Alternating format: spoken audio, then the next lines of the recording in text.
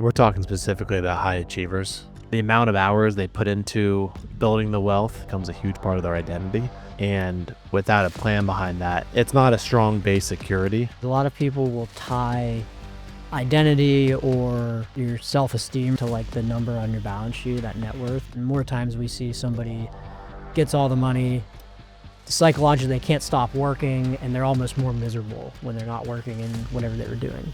Once you hit a certain level, for your brain to have, fulfillment or happiness, if it's based upon these shallow things, you're just borrowing happiness from the future. We do the top 5 values exercise. We also do the life wheel. Wealth without, it's almost like the worst kind of being poor. So I came up with 10 takeaways, and these are based upon almost 17 years in the financial advising industry.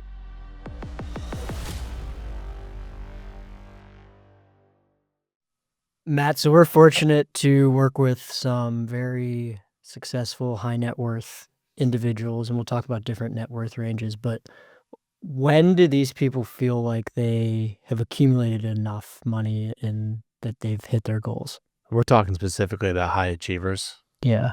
They never do.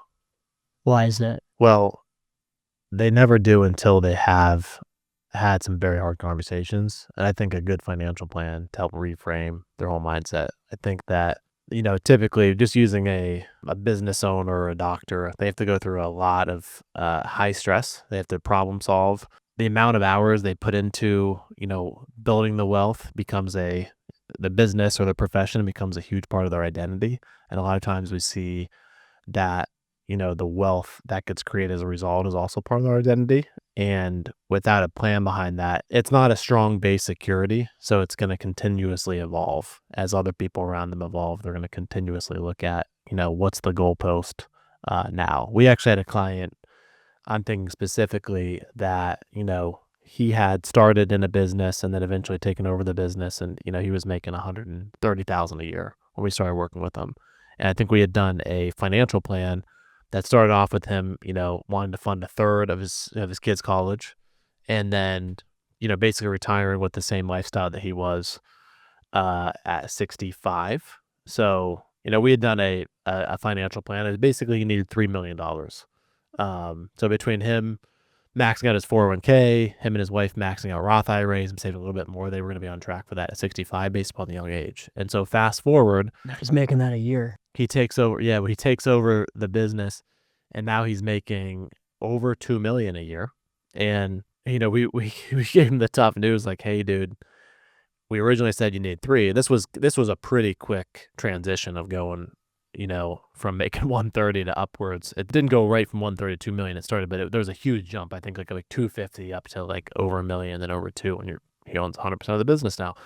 And so you had presented the financial, I think the net worth number moved from like 3 million to, I think it was 12, like upward 10 to 12 million. And he's like, the feedback was like, I just want to stop moving the goalpost. Well, I was like, well, your income went up and you're saving more, but your lifestyle, you were spending 35 a month, 30 a month. Or yeah, you were spending before $7,000 a month. You're now spending $40,000 a month. So of course, what you need to accumulate, adjusted for inflation, has to go way up. And so the funny thing is, that was like 2 years ago, and now he's made it a personal goal to have a net worth of over 100 million. So it's and I use that as an example, and I think that this individual is actually, he's doing it all for very healthy reasons. This isn't like, and we're going to get into this in in detail today, but that's just a clear example of money temperature can move pretty quickly. You think you need to accumulate 3, then it moves to 12, and now he set the goal for 100. Now his financial security is still good at 12. The net worth, he wants to grow his business because he's decided, the true impact he can have on the clients he serves, and really, the team members that are part of his company, to create true wealth for them, through equity ownership. And he's looking at ESOP and, other strategies. That's how he's going to have the next impact. So it's very purpose driven. It's not like he needs that as a personal, it's more company related. But I thought that was a, interesting story, very clear of how the numbers can change pretty quickly. what do you think the psychological reasons are for? That's a good example. I would say a bad example. I'm thinking, of another client we work with, and he, I believe, is worth about 10 now, and he set the goal of, I want to hit like 25. And when we ask him the reason, and we go through the budget, and we go through the lifestyle decisions, it's all good out off of like 4 or 5 million. He can't give us the reason he wants to go from 10 to 25. And not saying that's bad, but I think it has to be. Then you have to start looking at what's the trade-off between how much stress, how much time are you putting it away versus living your ideal life. And maybe retiring for this individual will be the worst thing in the world, because he's doing really high level work in his career and it's progressing really quickly. But yeah, let's talk about the hedonic treadmill and the psychological reasons. Why do people naturally just keep moving the goalpost? What are your thoughts? Yeah, I think that we've talked about this before on here, but if we were to just rewind back and how humans work and have evolved, like, we're social beings by nature. We want to fit into the people around us. And like hundreds, probably not even thousands, hundreds of years ago, if you didn't fit in with your tribe, you could die. Like, you needed to fit in with your tribe to survive and not get like killed. And so I think our brains haven't, and I'm not a neuroscientist or psychiatrist, but I think our brains haven't evolved and caught up to that. And so we still have that primal instinct of like, I want to fit in with everybody around us and keep achieving more so that people like us. And I think that people that are really successful and have accumulated this type of wealth, they've worked really hard, like you said, have gone through a lot of really hard things to get there, and that's a lot of their purpose. So if we think of somebody that builds a business and has a liquidation event, like, they probably built the business for 10 or 20 years and worked 100 hours a week. They're managing a bunch of employees. It's really stressful.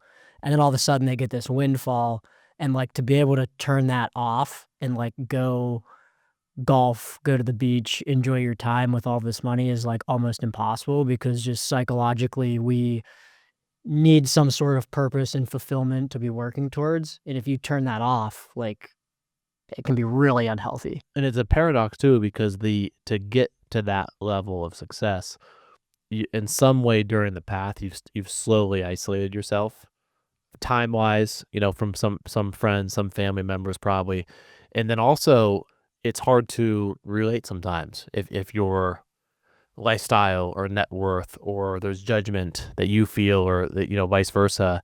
It complicates things, and a lot of things are very silent and they're never actually said out loud, and that causes resentment, and that furthers isolation. So, someone, young kid, like, I want to become rich someday for these reasons, and becoming rich actually caused the opposite to happen. Yeah. I think if you don't tie that to like a purpose or what, and that purpose doesn't have to be like, we'll use the business owner example. They might have a big goal in their business, a big vision they're pushing towards, and they achieve that and sell or get some sort of liquidation event. That purpose, you still have to have that fulfillment or purpose, but it can just be redirected into something else. And I think that's where a lot of people, not that they go wrong, but it's a hard transition, because maybe I'm thinking of one client we work with. He's very young, he's in his 30s, had a massive liquidity event in the last probably 4 years ago at this point. And he's somebody that I kind of had these conversations with, and he said, I've taken this and taken this like energy, and he has 3 young kids. He's like, I'm focused on my family, improving myself. And like, that's somebody that's been able to do that successfully, and they don't need that like chaos and grind to feel that fulfillment and get on that hedonic treadmill.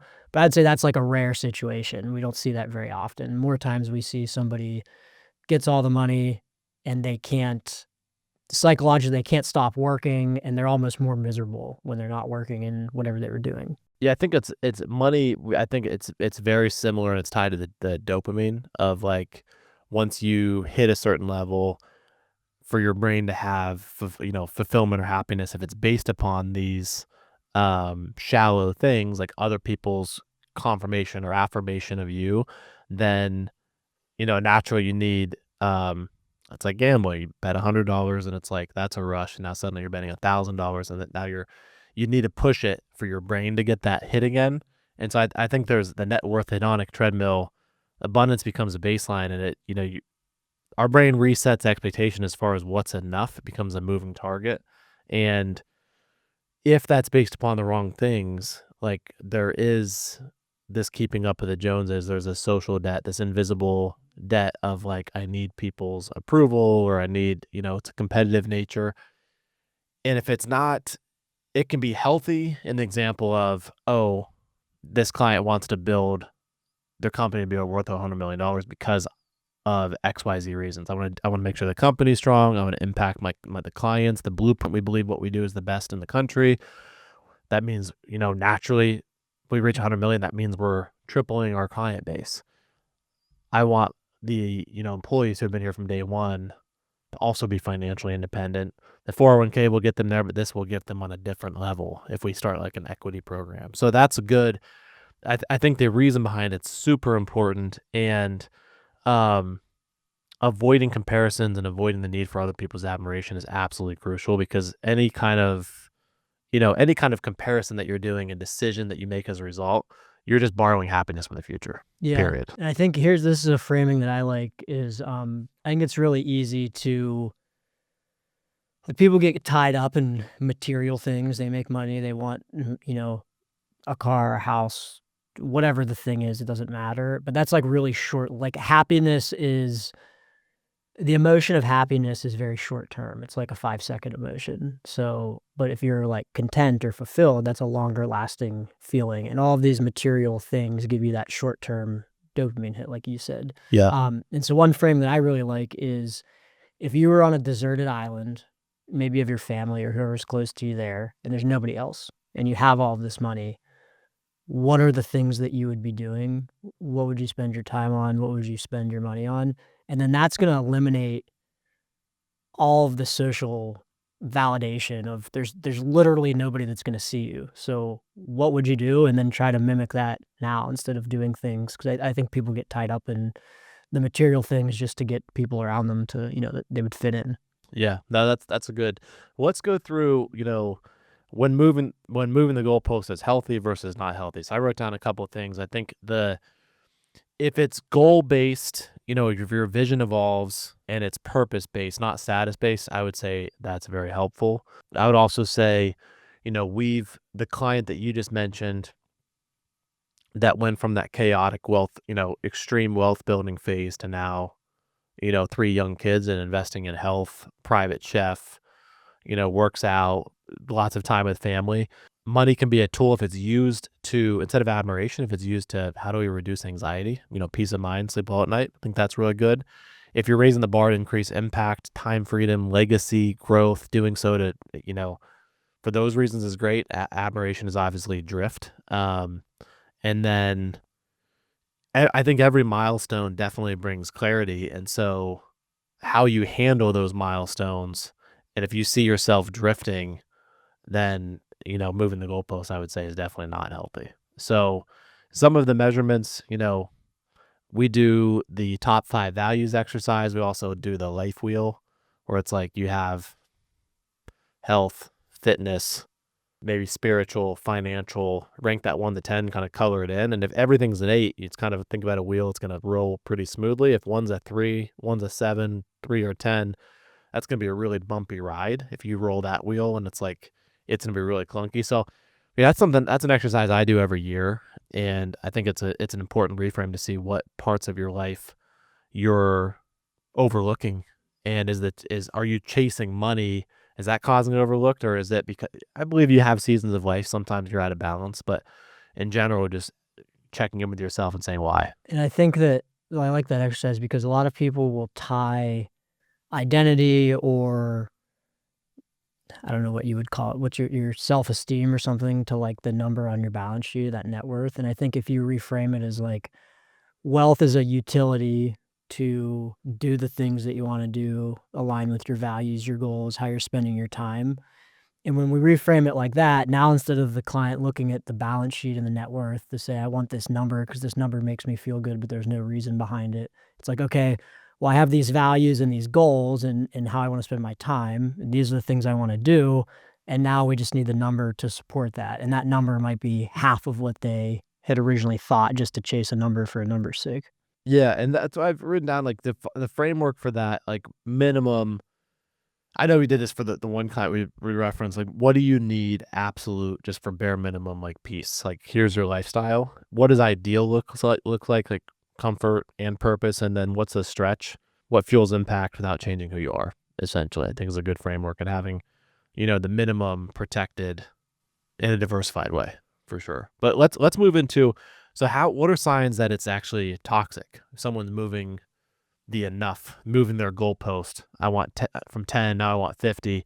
When do we think that becomes toxic and it's really unhealthy? I think What are if some there's, signs? yeah, a few things. One would be if they have enough money to do everything they want for them and their family already, and they're chasing this number for no reason, and it interferes with how they're living their life. So, And maybe it interferes with investment decisions as well. correct, yeah, because, you could say, okay, you have, let's say, we'll just make up some numbers here. Let's say someone has $20 million and they spend, let's say they spend $25,000 a month. And that's like they're doing everything they want. There's not much they would really want to do above that.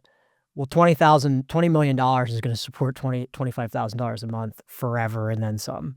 And so if that person wants to get to $40 million, but they can't tell us what they would spend any additional money on, or, they don't want to leave an extra $20 million to their kids, and they're making investment decisions to get, maybe investment or business decisions, it could be anything, to shoot for this high number, but they're taking on a ton of risk, stress.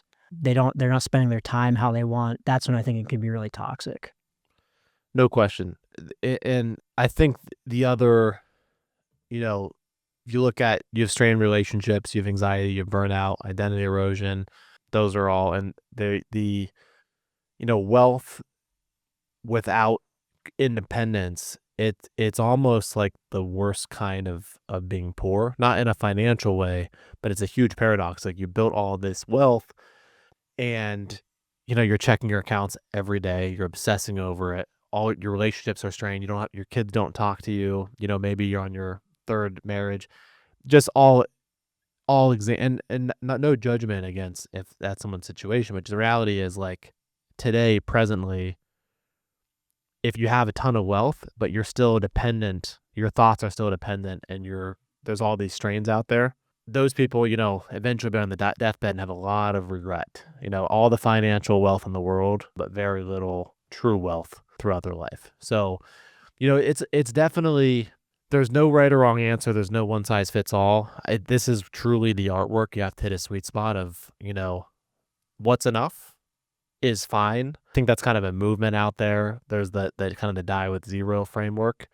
I think any framework that's black or white can be pretty bad. So you need to have a personal philosophy down of, if you want to move your goalpost, which we see way more often than not, like, no one that we've worked with is like, I'm good. Now let's just, it's a lot of tough conversations that to make actual life change happen. So I don't think there's anything wrong with moving your net worth number, just checking in. And maybe it is a toxic reason at first because that's what got you so successful.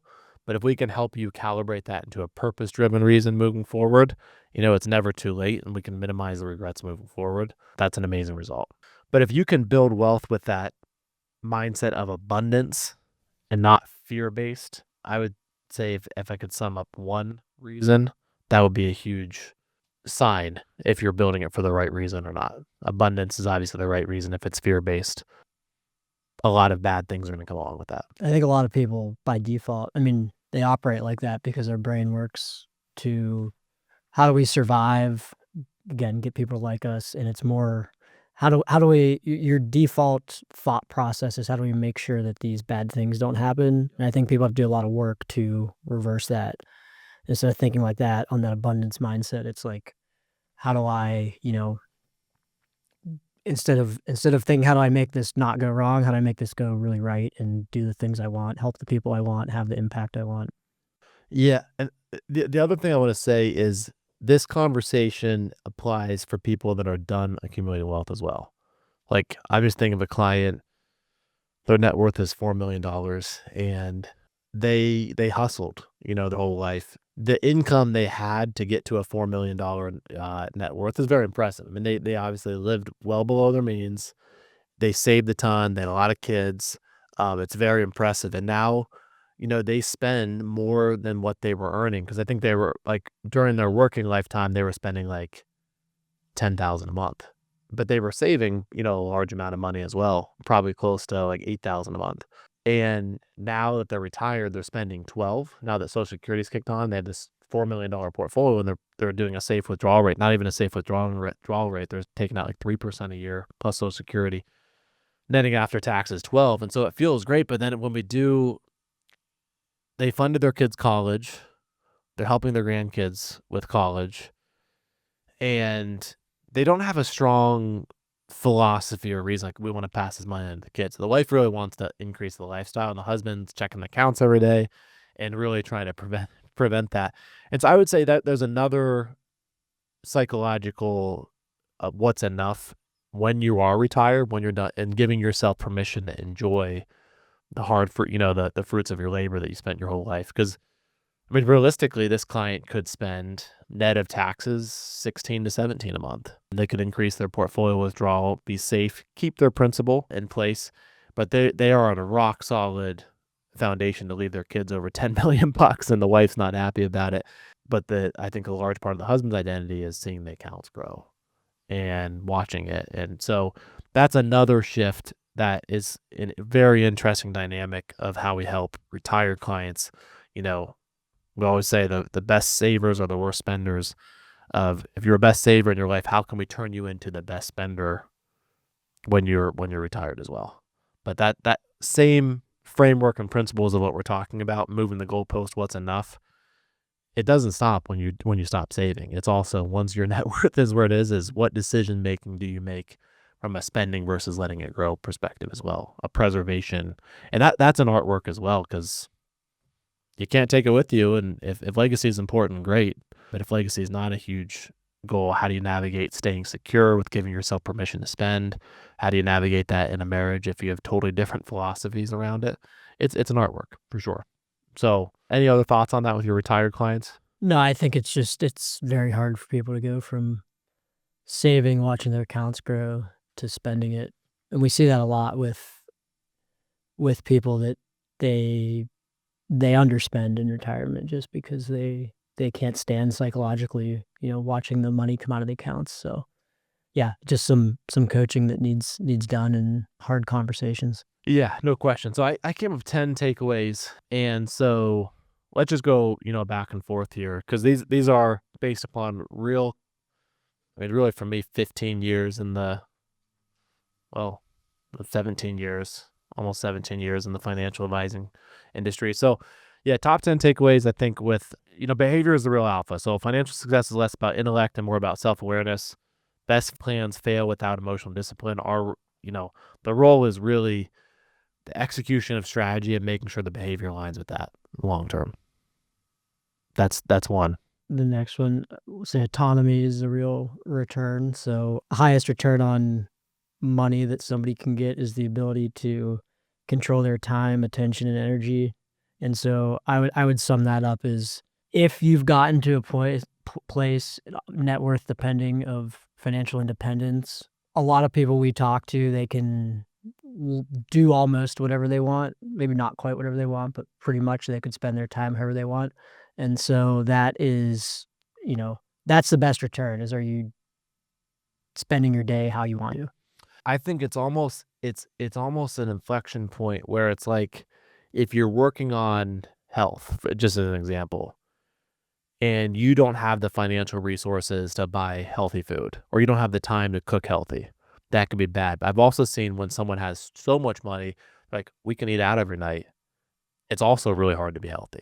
So there's a lot of paradoxes that exist. And I would say, from a financial standpoint, you talk about autonomy, and I know this billionaire, and he prefers his vacation house he rents, and he's figured it out the hard way. He's like, when you have these different houses, you have to manage the staff, and it's almost, you're working for it more than it's working for you. It almost, what you own ends up owning you. And so, yeah, you may have all the flexibility in the world to buy whatever you want, But if it's going to control your time, what's the point of it? So there's an artwork behind how you design your lifestyle, making sure you're not managing. You sell your business, and now suddenly you're back to managing people, and you're back to all these details. So someone gave me this advice one time. Very retired executive, very wealthy, successful person. So the key to wealth is one house and one spouse. it's very true. You have multiple houses and multiple spouses, that's where you get in trouble. I like that. I like that a lot. Third one we have here is simplicity and sophistication. So complexity, it looks really impressive, but it really clouds clarity. So simplified plans, compound trust, reduce decision fatigue. This one's super important because if you have made 10 different private investments and now you're on calls talking about it all the time, think about how much time suck is occurring when you could get the same results just with one portfolio. I have a client that he just had a pretty large liquidation event and he had a partner in the business, and the partner's a little bit younger than him. This guy's in his 50s. And we had this exact conversation because the guy that we're working with, he wants his balance sheet to be as simple as possible now. He worked, growing this business. It was crazy chaos, managing people. And he's like, I want this to be as easy as possible. And he said, my partner that just got the same amount of money as I did, he's on calls every week getting pitched with these private investments. He's throwing money in them. He's trying to get me to invest. And he's doing like the complete opposite of what I'm doing. And he's like, and I can just see all the chaos and stress already. And he just got this money. Chaos can be addicting. Oh yeah. Yeah. I mean, if you think about chaos and then you solve the problems that are with the chaos, a lot of people's worth is derived, their purpose is derived by playing that, savior complex. So breaking that's hard, but it's freeing when you do. Sounds like this client has, which is great. Okay, what's the next one? Comparison is the enemy of peace. So this goes into the social debt that we talked about, measuring yourself against others. And so just helping clients understand the enough goalpost is, what aligns with your values, what aligns with your time, your family, and that's really what success looks like versus comparing yourself to, the people around you. Yep. Number 5, we got money magnifies identity. It doesn't change. And money doesn't change who someone is. It amplifies it. It's for the better or worse. Luck demands humility. Every fortune includes unseen variables. Recognizing luck creates gratitude, generosity, and emotional maturity. Yeah, I guess that's true. Yeah. Gratitude is everything. Generational wealth is about wisdom transfer. So money is just not inheritance. Real legacy is your mindset, teaching the next generation, stewardship, patience, and peace. Risk is emotional, not mathematical. Risk tolerance changes with life seasons. Coaching people through feelings of uncertainty is more important than rebalancing portfolios. Yes, I'd agree with that. Risk is... You can have a risky portfolio on paper, but at the end of the day, it is emotionally what somebody can tolerate. Yeah. So the 9th one, spend with intention, not just permission. I'd say step 1 is giving yourself permission. If you were that great saver, you've accumulated, breaking the habit of saving and now spending, it's extremely uncomfortable. So step 1 is getting permission. Working with an advisor can really help that. You don't end up, dying with triple the net worth that you end up retiring with. And then, but more importantly than that, step 2 is spending it with intention. It's not just the freedom to consume, but the freedom to choose meaning, and your spending's got to be aligned with your purpose. And this really multiplies satisfaction that you can experience through the wealth that you've created. The simple life is the ultimate luxury. The end game of wealth is clarity, fewer distractions, more alignment, and peace of mind. The richest families aren't the busiest, they're the most balanced. Very true. Well, those are some of the top 10 takeaways that we've learned from just working with, all walks of life, all kinds of net worths from, $1 million up to 100 million, and the same principles really apply. And what we found is more money isn't evil, but it does not in any way, shape, or form guarantee you're going to be more happy than the client retiring with $1 million. If you're 100 million, you have to have a game plan, a philosophy. You have to have the artwork dialed in. And regardless of net worth, a good financial plan means you're living your life by design and you minimize regret in the future, regardless of your net worth. So if you decide to move that goalpost, move it with intention. If you decide enough is enough, do that with intention. And that we would define as a success if it's intentional, and it supports your family's goals.